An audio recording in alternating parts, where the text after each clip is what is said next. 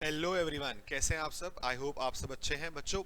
ये video CA foundation वाले बच्चों के लिए है जिनका जनवरी में एग्जाम है और जनवरी में 12 तारीख को अपने एग्जाम देने वाले हैं और उन्हें अपना फाउंडेशन का कोर्स कैसे रिवाइज करना है उसके रिगार्डिंग ये लास्ट डेज रिवीजन के रिगार्डिंग एलडीआर है, लास्ट डे रिवीजन, जहां पर आपको अपने पास अपना अकाउंट्स का कोर्स पूरा कैसे रिवाइज करना है। आप में से काफी बच्चे इस बार अपना एग्जाम पहली बार लिखने जा रहे हैं, तो उनको पता नहीं है कि सी के एग्जाम में किस तरह से काम करना होता है। तो इसीलिए आपके लिए जरूरी है कि आप अपने रिवीजन को लेकर थोड़ा सा स्ट्रॉन्ग पॉइंट रखें। अकाउंट्स का पेपर आपका हमेशा से आसान आया है और आपका भी अकाउंट्स कहीं ना कहीं फेवरेट सब्जेक्ट रहता है, तो आप यही चाहेंगे कि आप लोगों के मार्क्स भी अच्छे आए। तो इसीलिए हमने आपके लिए कुछ लास्ट डे रिवीजन का एक शेड्यूल रखा है। आप इसी ऑर्डर में इसे रिवाइज करेंगे, थ्योरी भी साथ साथ इसमें कवर हो जाएगी और आपका प्रॉपर बड़े तरीके से अकाउंट्स रिवाइज हो जाएगा। मुझे लगता है कि अभी तक आपने अपना लॉ का पेपर काफी हद तक रिवाइज कर लिया होगा। नहीं भी किया है तो प्लीज अभी आपके पास दिन है आपने, लेकिन 6 तारीख से आपने लगना है अकाउंट्स के पेपर के ऊपर। जी हाँ, 6 तारीख बिल्कुल टाइम चाहिए आपसे। 6, 7, 8, 9, 10, 11 और 12 का आपका एग्जाम है, तो उसके बेसिस पर आपको ये चीज करनी होगी। तो लीजिए आपके पास, मैं यहाँ पर दिखाता हूँ। 6 जैन को अपने पास आप आरओई, बीआरएस, बीओई, डेप्रिसिएशन कितने कितने मार्क्स में आ सकते हैं मैंने लिखा हुआ है, कितने कितना टाइम इसके ऊपर लगाना है ये भी लिखा हुआ है। ट्रू फॉल्स जो है आपको पीडीएफ नोट्स जो मैं आपको अभी टेलीग्राम चैनल में मिल जाएंगे, वहां से डाउनलोड कर सकते हैं आप, या फिर बुक से। आईसीआई मॉड्यूल से तो करना ही करना है, चाहे कुछ भी हो जाए आईसीआई मॉड्यूल को नहीं छोड़ना है। ये सारा काम, रिवीजन वाला काम आप आईसीआई मॉड्यूल से, हमारी बुक से, वहीं से रिवाइज करेंगे। आईसीआई मॉड्यूल के क्वेश्चन एग्जाम में आते हैं, मैं पहले भी बोल चुका हूँ। इसी वक्त पर आईसीआई मॉड्यूल पे पूरा फोकस करें।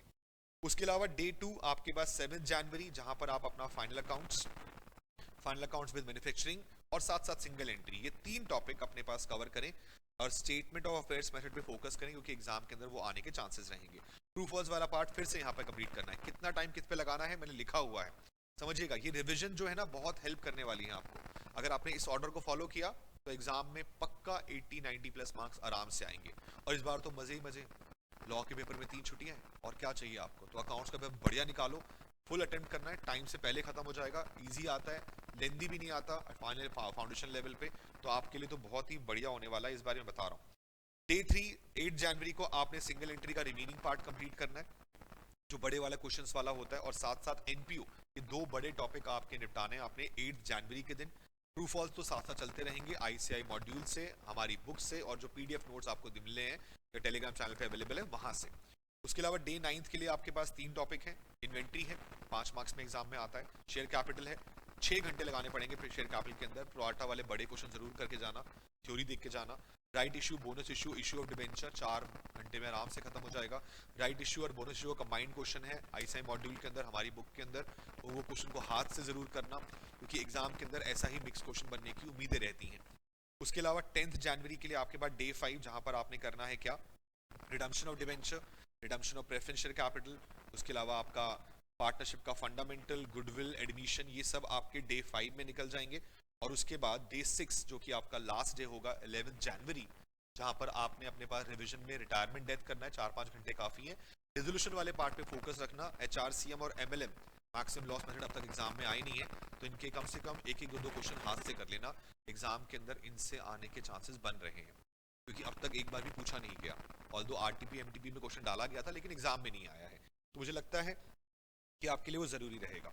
और बाकी वही बात थ्योरी की, थ्योरी के लिए इंपॉर्टेंट नोट्स मैं डाल दी हैं टेलीग्राम चैनल पे, वहां से जाके डाउनलोड कर लीजिए। वीडियो के अंदर बता रखा है कौन कौन से टॉपिक इंपॉर्टेंट है थ्योरी के, वो करना। 4 मार्क्स की थ्योरी आने वाली है। डिफरेंस बिटवीन एग्जाम में आते हैं या फिर शॉर्ट नोट्स एग्जाम में आते हैं, वही वाले करके जाना, और कुछ एक्स्ट्रा करने की जरूरत नहीं है। और जो एग्जाम डे होगा सिर्फ क्या करना, अपने ऑल टॉपिक्स को रिवाइज करना। आरटीपी एमटीपी जितना भी है वो सब एक बार जरूर देख लेना। कई बार ऐसा होता है कि आरटीपी से कोई सेम क्वेश्चन उठकर एग्जाम में आ जाता है, तो ये बिल्कुल सेम पैटर्न है आपके लिए। एग्जाम के पॉइंट ऑफ व्यू से 12, 7, 6 दिन का शेड्यूल है। 6 दिन अगर आपने ढंग से फॉलो किए तो बहुत ही प्यारी तरह से 80-90 मार्क्स आराम से आएंगे फाउंडेशन लेवल पे।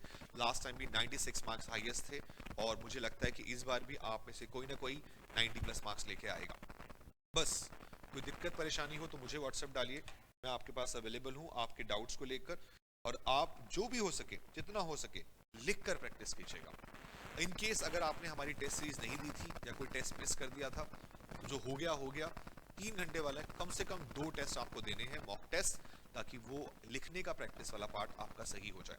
देखो, बिना एग्जाम दिए एग्जाम पेपर जाके दोगे ना तो फंसोगे। तो टेस्ट देना ज़रूरी है। तो अभी भी 7 दिन का टाइम है आपके पास, टेस्ट दे दीजिए और एक बार चेक करा लीजिए ताकि आपकी दिक्कत खत्म हो जाए। समझ रहे हैं आप मेरी बात को? यही पैटर्न फॉलो करना होगा, पेपर बहुत आसान आएगा। उसके बाद लॉ में 3 छुट्टियां, लॉ में जान लगा देना, लिख लिख कर इतनी प्रैक्टिस करना कि यार कोई दिक्कत ही ना आए। समझ रहे हैं आप लोग? So all the very best बच्चों, जय माता दी।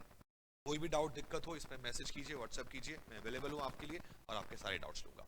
Thank you so much, God bless you all, जय माता दी, बाय बाय।